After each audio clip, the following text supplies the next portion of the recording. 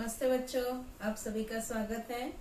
आज हम पाठ 10 नया पाठ शुरू करने जा रहे हैं।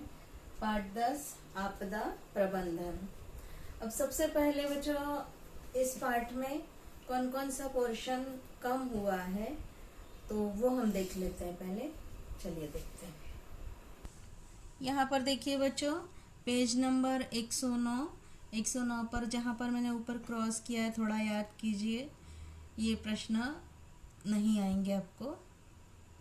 इसके बाद है पेज नंबर 110 पर, ये ऊपर वाला पोर्शन जो है चर्चा कीजिए। इसको आपको केवल सेल्फ स्टडी करनी है, पढ़ना है, लेकिन इस पर कोई प्रश्न नहीं आपको पूछे जाएंगे। इसके बाद पेज नंबर 111 है, विचार कीजिए। इस पे जहाँ मैंने कट लगाया है वो पोर्शन आपको नहीं पूछा जाएगा।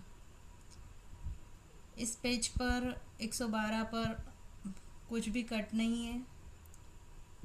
113 पेज पर यहाँ पर ये जो आपदा प्रबंधन के उद्देश्य है, ये पहले पूछे जाते थे परीक्षा में, लेकिन इसको आपको पढ़ना है, केवल सेल्फ स्टडी करना है, लेकिन ये आपको परीक्षा में प्रश्न नहीं पूछा जाएगा। 114 पेज पर सब आएगा। 115 पेज पर आओ करके देखें, करके ये ऊपर जहाँ क्रॉस लगा है वो पोर्शन कट है, उसके नीचे का पोर्शन कट है, और जानकारी प्राप्त कीजिए, ये भी कट है। इसके बाद 116 पेज देखेंगे तो इंटरनेट मेरा मित्र, ये आपको नहीं आएगा परीक्षा में, और कौन क्या करता है ये भी जो है आपको बॉक्स वाला भाग कट है। इसके बाद 117 पेज पर ये जो नीचे की सारणी है, प्रथमोपचार के उद्देश्य, ये भी प्रश्न पहले पूछा जाता था, जो आपने 9th में भी पढ़ा हुआ है। इसको आपको सेल्फ स्टडी करनी है, लेकिन इस पर प्रश्न नहीं पूछा जाएगा। और ऊपर का भी निरीक्षण कीजिए करके है ना, आकृति दिख रही है, तो ये भी आकृति पहले पूछी जाती थी, अभी इस साल ये कट किया गया है, आपके पोर्शन से निकाल दिया गया है। इसके बाद 118 पेज पर इसकी जानकारी लीजिए करके ये पोर्शन हट गया है, और इंटरनेट मेरा मित्र इतना हटा दिया गया है।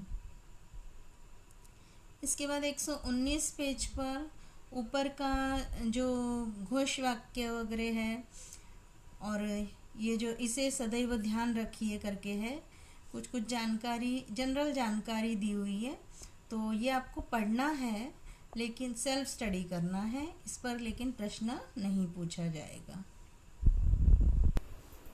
अब बच्चों हम पाठ शुरू करते हैं।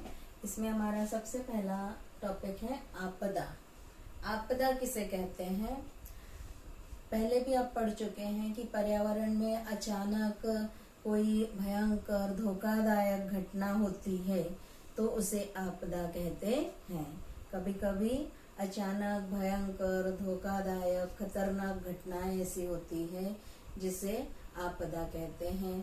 जैसे बाढ़ आ जाती है, बहुत ज़्यादा बारिश होती है तो बाढ़ आ जाती है, या एकदम बारिश नहीं होती तो सूखा पड़ जाता है, अकाल पड़ जाता है, तूफान आता है, भूकंप आ जाता है, ज्वालामुखी होती है, ये सब जो है प्राकृतिक आपदाएं होती हैं।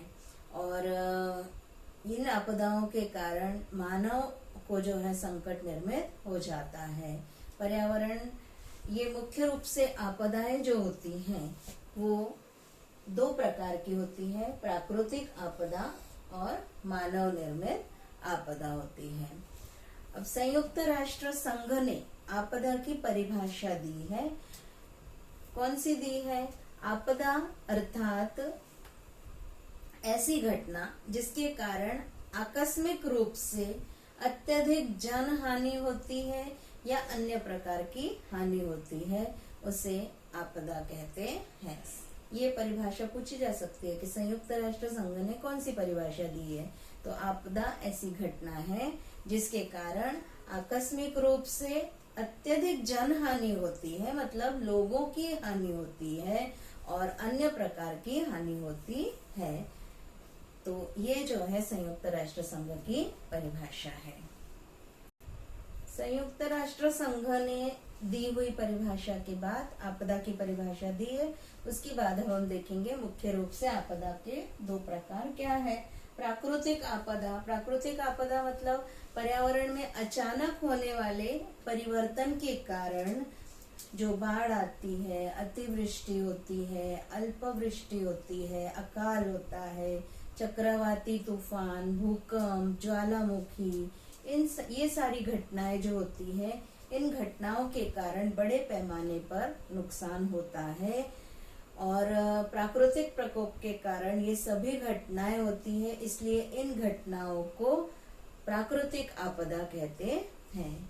मतलब प्राकृतिक प्रकोप के कारण ये होती है घटनाएं, इसलिए प्रकृति में अपने आप घटित होती है घटनाएं, इसलिए इसे क्या बोलते हैं, प्राकृतिक आपदा कहते हैं।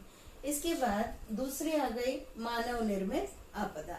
मानव निर्मित आपदा मतलब मनुष्य ने जो प्राकृतिक साधन संपदा है, प्राकृतिक साधन संसाधन है, जो उसका उपयोग विकास कार्यों के लिए किया है, और जैसे जैसे उसको आवश्यकता हुई है अधिक से अधिक प्राकृतिक साधन संपदा का वो उपयोग करता चला गया। और ऐसे में जो है जाने अनजाने में, जानबूझकर नहीं किया लेकिन जाने अनजाने में क्या हुआ कि पर्यावरण को नुकसान पहुंचता जा रहा है। इस प्रकार मनुष्य के द्वारा उसकी गलतियों के कारण जो घटित होने वाली जो घटनाएं होती हैं वो मानव निर्मित आपदाएं कहलाती हैं। जैसे आग लग जाती है, आग लगना है, या फिर एक्सीडेंट कोई होता है तो है, या फिर जो प्रदूषण बढ़ता जा रहा है, ये प्रदूषण के कारण भी जो है दुर्घटनाएं होती हैं। कारखानों से गैस लीक हो जाती है जिसके कारण लोगों की मृत्यु, जैसे भोपाल गैस त्रासदी जो हुई थी, वो इस तरह से जो घटनाएं होती है वो मानव निर्मित आपदाओं में आती है। आपको आपदाओं के मुख्य प्रकार कौन से हैं, ऐसे छोटे प्रश्न में पूछा जाएगा तो प्राकृतिक आपदा और मानव निर्मित आपदा। फिर प्राकृतिक आपदा के उदाहरण बताइए, मानव निर्मित आपदा के उदाहरण बताइए, तो आपको उदाहरण बताने हैं। इसके बाद अगला आता है आपदाओं के प्रभाव क्या है। आपदा आने के कारण क्या प्रभाव पड़ते हैं। तो लोगों का जीवन जो है अस्त व्यस्त हो जाता है, संपत्ति को नुकसान पहुंचता है, और आर्थिक, सामाजिक, सांस्कृतिक, राजनैतिक और सारे क्षेत्रों में जो है आकस्मिक जो आपदाओं द्वारा जो है ये प्रभावित होते हैं। और प्रभावित क्षेत्र जो होते हैं वहां पर जो है पूरा जनजीवन अस्त व्यस्त हो जाता है। आपदा का समय और स्वरूप अलग अलग होता है। मतलब कहीं जो है आपदा जो है ज्यादा समय तक रहती है, और कभी जो है अल्पकालीन भी होती है, तुरंत जो है जनजीवन सामान्य हो जाता है, लेकिन कभी कभी जनजीवन सामान्य होने में बहुत देर लग जाती है, और बहुत अलग अलग कारणों से भी होती है, और पर्यावरण पर भी इसका प्रभाव पड़ता है। आपदाओं के वर्गीकरण की दूसरी पद्धति है कि विनाशकारी आपदाएं और दूरगामी प्रभाव डालने वाली आपदाएं। तो विनाशकारी आपदाएं कौन सी हैं? उड़ीसा और आंध्र प्रदेश का चक्रवाती तूफान है, गुजरात और लातूर का विनाशकारी भूकंप जो आया था, ये आपदाएं जो है विनाशकारी आपदाएं हैं। और दूरगामी प्रभाव डालने वाली आपदाएं कौन सी है?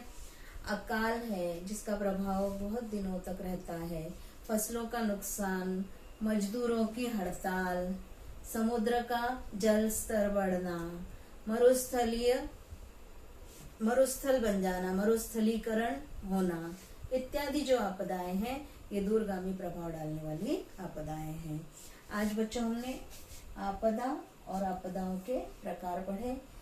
आज इतना ही, धन्यवाद।